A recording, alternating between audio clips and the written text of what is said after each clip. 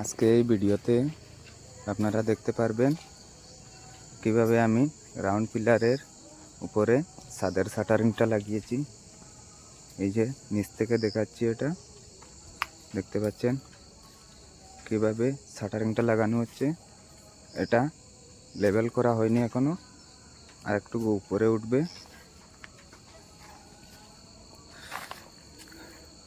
উপরে গিয়ে আমি একবার দেখিয়ে দেব কেন আমি এই পিলারের উপরে বাঁশের শাটারিং আবার দিলাম। কারণ আমরা অনেক মিস্ত্রি ভাই কী করি, পিলারের ডালাইয়ের উপরেই ছাদটা বসিয়ে দেই, কিন্তু আমি এখানে কি করেছি, পিলারের উপরে বাঁশের শাটারিং দিয়েছি এবং শাটারিংয়ের উপরে ঢালাই করব, যাতে পিলারের উপর লেভেল আর ছাদের নিচ লেভেল দুটোর মধ্যে 2 থেকে 2.5 ইঞ্চি গ্যাপ থাকে। এই যে দেখতে পাচ্ছেন পিলারগুলো গ্যাপ থাকবে, ওখানে পরে শাটারিং খোলার পরে গ্যাপ থাকবে। কিন্তু প্রশ্নটা হলো ছাদটা টিকবে কিসের উপরে। ওই ভিডিওটা মধ্যে সব কিছু দেখতে পারবেন কিসের উপরে ছাদটা টিকবে। তার আগেও আমি আরও একটা ভিডিও করে দেখিয়েছিলাম পিলারটা, রাউন্ড পিলারটার উপরের ডালাইটা কী করে দিতে হয় এবং গ্যাপটা দেওয়ার জন্য আমরা কি ব্যবহার করেছি, সব কিছু আজকে আবারও আমি এই ভিডিওতে দেখিয়ে দেব। তো দেখতে পাচ্ছেন আমাদের পুরো ছাদটা শাটারিং হয়ে গেছে। এবার আমি উপরে যাব, গিয়ে আপনাদেরকে দেখিয়ে দেব ছাদের উপরটা কী করে কাজ করা হচ্ছে।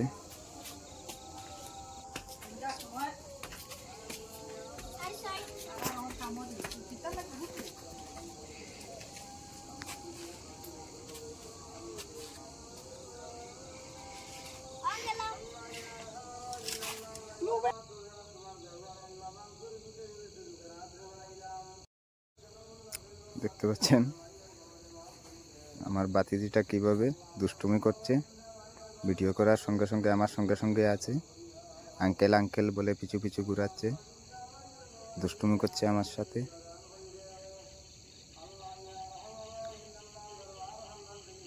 এই যে দেখতে পাচ্ছেন আমরা কি করেছি, এখানে ছাদটা প্লাস্টার করব, আমরা ডিজাইন করার জন্য, প্লাস্টারের মধ্যে ডিজাইন করার জন্য প্লাস্টার করা হবে। তাই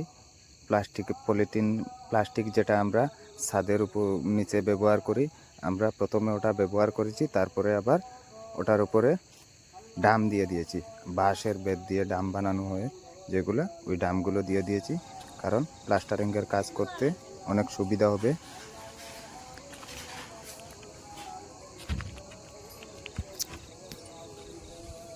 প্লাস্টিকের উপরে প্লাস্টারের মশলা চাপানো যায় না, অসুবিধা হয়, তাই ডাম ব্যবহার করা হয়েছে এখানে। দেখতে পাচ্ছেন কীভাবে ডামগুলো বসানো হচ্ছে।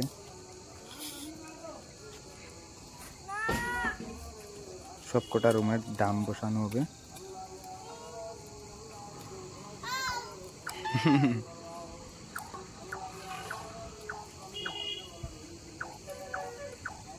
এই যে দেখতে পাচ্ছেন কিভাবে ডামগুলো বসানো হয়েছে। এই যে আমাদের পিলারের উপরের দিকটা দেখতে পাচ্ছেন কিভাবে পিলারের উপরটা শাটারিং করা হয়েছে। নিচে ডালাই আছে, ডালাইয়ের উপরে আবার শাটারিং করেছি। আর ওই যে ঠিক সেন্টার থেকে একটা গাড়ির স্কেল ব্যবহার করা হয়েছে এখানে। এই গাড়ির স্কেলটার উপরে ছাদটা বসবে, তাতে এই স্কেলটার উপরে সম্পূর্ণ ছাদটা আটকে যাবে। আর এই স্কেলের মধ্যে লাইট লাগানো হবে, যাতে বিল্ডিংয়ের কাজ কমপ্লিট হওয়ার পরে লাইটের আলোটা চতুর্দিকে ছড়িয়ে বের হয়, দেখতে অনেক ভালো লাগবে। ছাদ বরাবরে আলোটা বের হবে। যদি ওখানে গ্রিন লাইট ব্যবহার করা হয় তাহলে অনেক ভালো লাগবে দেখতে। এই যে দেখতে পাচ্ছেন এখানে 2 থেকে 2.5 ইঞ্চি গ্যাপ থাকবে। এই শাটারিংটা আরও 1.5 ইঞ্চি উপরে উঠবে। শাটারিংটা একটু নিচে নেমে আসে, এই যে দেখতে পাচ্ছেন ঢালাইয়ের উপরে আমরা পুরোটা শাটারিং করে দিয়েছি। এটা আবার আমরা সমান করে নেব। কী করে সমান করতে হয় পরে দেখিয়ে দেবো নেক্সট একটা ভিডিওতে। যে দেখতে পাচ্ছেন ডাম বসানো প্রায় আমাদের শেষ, সব কটা রুম বসানো হয়ে গেছে। এই রুমটা একটু রয়েছে, এটা হলো আমাদের হল রুম। এই যে দেখতে পাচ্ছেন অনেক বড় হল রুমটা, এই সিঁড়ি প্লাস রুমটা সব কিছু হল রুমের ভেতরে।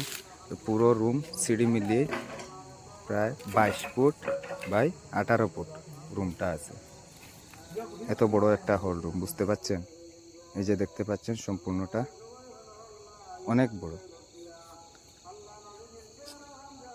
মিডিলে কোনো পিলার নেই। 22 foot by 18 foot, 17.5 foot something. 17.5 foot থেকে একটু বেশি, 18 ফুট থেকে একটু কম এই রুমটা হলো।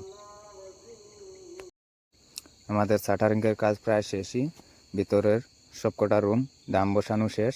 সামনের সাইডটা কালকে আমরা ডাম বসিয়ে রড বিছিয়ে নেব। কীভাবে রড বিছাতে হয় সেগুলো আমি নেক্সট একটা ভিডিওতে দেখিয়ে দেব। আর এতক্ষণ আমাদের পাশে থাকার জন্য ধন্যবাদ সবাইকে।